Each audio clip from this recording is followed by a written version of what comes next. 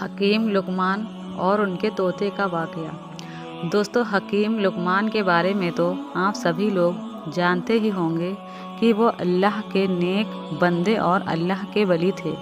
اس video میں ہم حکیم لقمان اور ان کے طوطے کا واقعہ پڑھنے والے ہیں، جسے سن کر آپ کو حیرانی بھی ہوگی، کیونکہ حکیم لقمان کی ذہانت بہت ہی بلند تھی۔ حکیم لقمان کی پیدائش حضرت داؤد علیہ السلام کے دور میں ہوئی اور آپ کا وصال حضرت یونس علیہ السلام کے دور میں ہوا، جو رملہ کے قریب ہے۔ رملہ ایک جگہ کا نام ہے جو فلسطین میں ہے۔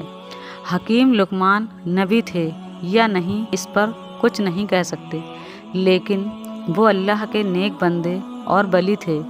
لقمان کا مطلب بہت زیادہ عقل والا اور لقب والا۔ آپ کے نام میں حکیم آتا ہے، اور حکیم ڈاکٹر کو کہتے ہیں، جو اس زمانے میں جڑی بوٹیوں کی مدد سے لوگوں کا علاج کیا کرتے تھے۔ حکیم لقمان اپنی کمال ذہانت سے ایسے نسخے بناتے تھے جس سے اس وقت کے بڑے سے بڑے حکیم بھی حیران رہ جاتے۔ ان کے نسخے آج بھی پوری دنیا میں مشہور ہیں کہ حکیم لقمان کے نسخے کتنے انمول ہوا کرتے تھے۔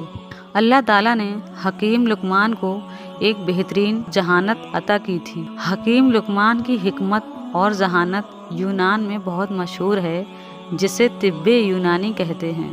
قرآن شریف میں اگر کسی چیز کا ذکر آ جائے تو اس چیز کی عظمت بڑھ جاتی ہے اور اس کے مرتبے اور درجات بھی بلند ہو جاتے ہیں، مگر قرآن شریف میں تو اللہ تعالیٰ نے حکیم لقمان کے نام پر ایک پوری سورہ نازل کی ہے۔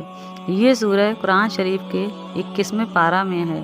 سورہ لقمان کے نام سے ان کی زندگی کے بہت سارے واقعات مشہور ہیں، جس سے ہمیں اور آپ کو سبق بھی حاصل ہوگا۔ حکیم لقمان کے دور میں بے زبان جانور بھی ایک دوسرے سے باتیں کیا کرتے تھے۔ آپ کو بتا دوں کہ جڑی بوٹیاں خود حکیم لقمان کو بتا دیتی تھی کہ ہم اس مرض کی دوا ہیں۔ حکیم لقمان کو بہت اچھی طرح سے پتہ ہوتا تھا کہ کس جڑی بوٹی میں کس مرض کا علاج ہے۔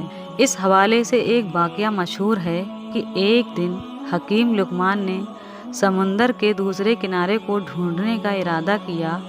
ان کے پاس ایک طوطا تھا جو ان سے بات کیا کرتا تھا۔ حکیم لقمان نے اپنی کمال ذہانت سے جڑی بوٹیوں سے ایک ایسی دوا تیار کی کہ جس کو کھا کر طوطا بغیر کھائے پیے بنا تھکان کے 6 مہینے تک اڑ سکتا تھا۔ حکیم لقمان نے ان جڑی بوٹیوں سے دوا کی 2 گولیاں تیار کی۔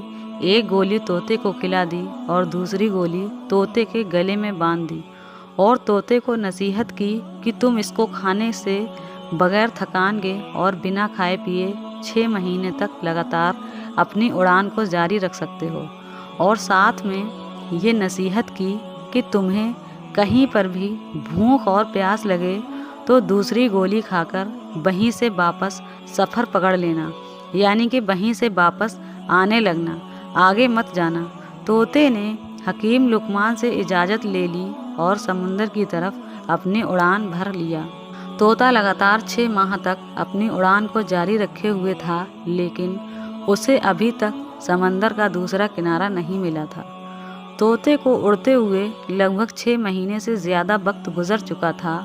اب اسے بھوک اور پیاس محسوس ہونے لگی تھی، تھکاوٹ کا بھی احساس ہونے لگا تھا، مگر جہاں تک وہ طوطا جا چکا تھا وہاں سمندر کا کنارہ تو دور، اس کے آس پاس دور دراز تک نہ کوئی پیڑ تھا اور نہ ہی کوئی پہاڑ تھا جہاں وہ طوطا بیٹھ کر سانس لے سکے۔ تھوڑی دور کے بعد اسے پانی کے بیچ میں ایک چٹان نظر آئی، جس پر وہ بیٹھ گیا۔